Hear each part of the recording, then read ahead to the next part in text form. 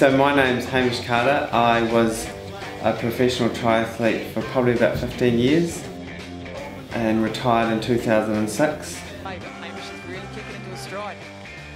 In my career I was ranked #1 in the world for 4 years. Looks like Hamish Carter. And won the Olympic gold medal in Athens.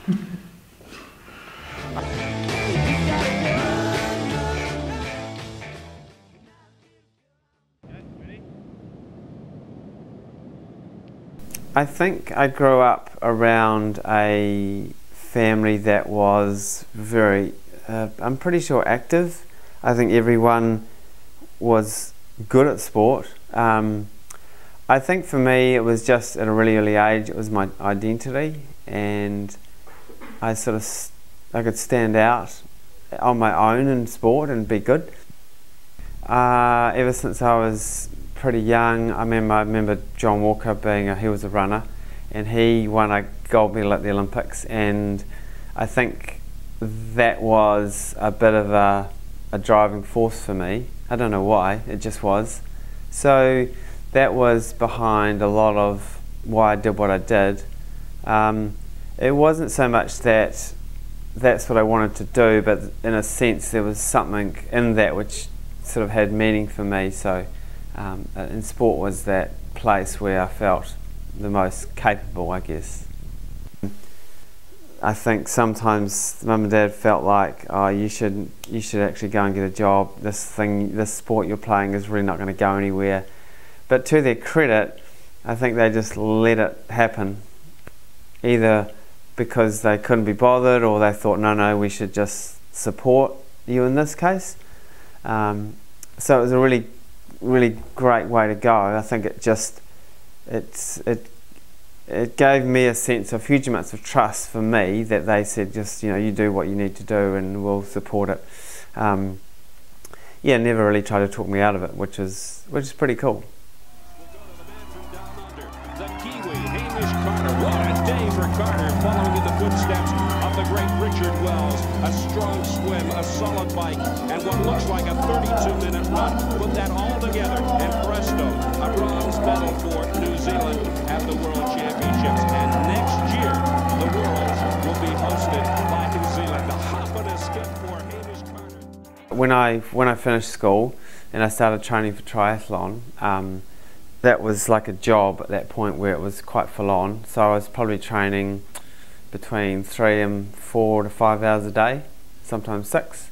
And the running specifically was, probably around 100 k's a week of running, and that's like 7 or 8 hours a week, hour to 2 hours a day, and then with a couple of days of no running.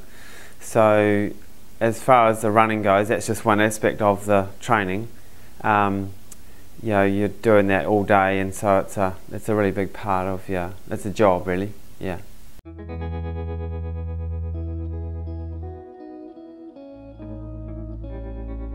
So I think my career as an athlete would be defined by the success I had in Athens, but virtually over a huge chunk of it was not that. It wasn't winning, and it was really hard.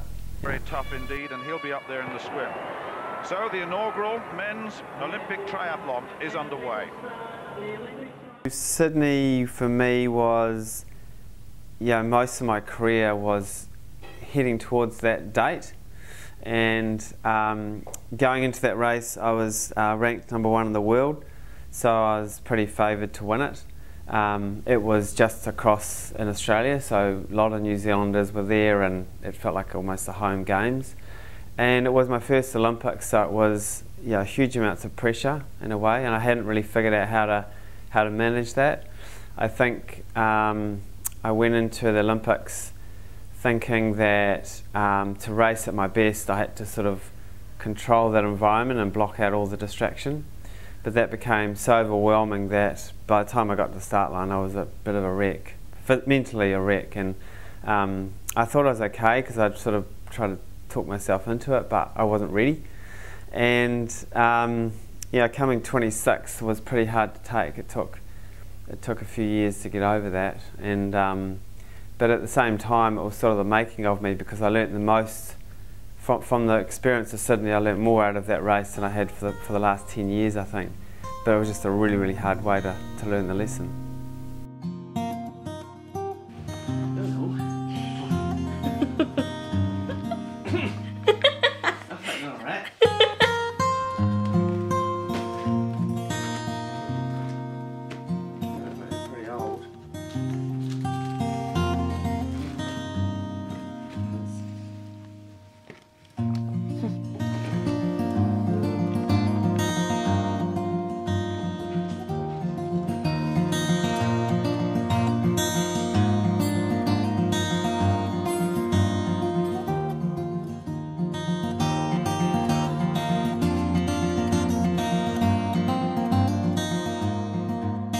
It's quite an out-of-body experience, because when you watch the Olympics, it's highly emotional, and it looks inspirational, and it looks like you kind of feel the goosebumps and the emotion. But when you're in it, there's no emotion. There's so no emotion. Until you get to the last couple of meters.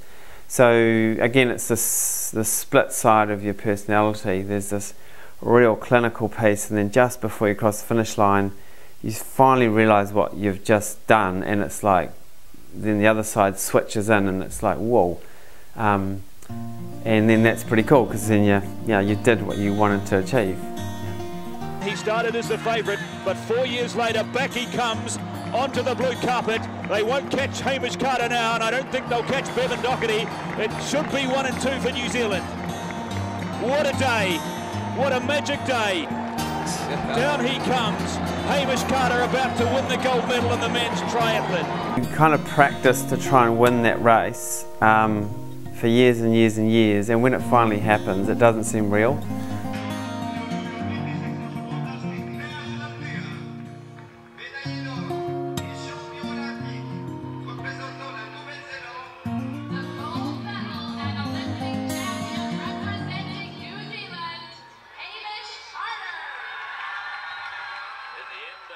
Then sort of what I think it then becomes is it supersedes your kind of the goal or whatever you're ambitious about. It's more about the person you are and the life you're trying to live, if you know what I mean. And that will take you outside the norm generally. So that's going to make it even harder. But that's the path you chose. It's going to be, yeah, it's exciting. Like. I think most people, when they strike those really, really bad situations where things haven't gone right, that's when they stop. But that's when they very much should start, because that's their biggest opportunity.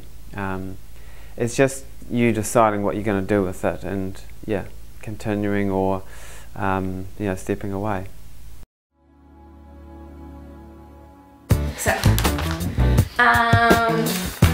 basically, the first question, just like. Have we started? If that's okay. Yeah, that's fine. So it's rolling now? Yeah. Okay. Get your game face on. Yeah, game face switch on. Okay.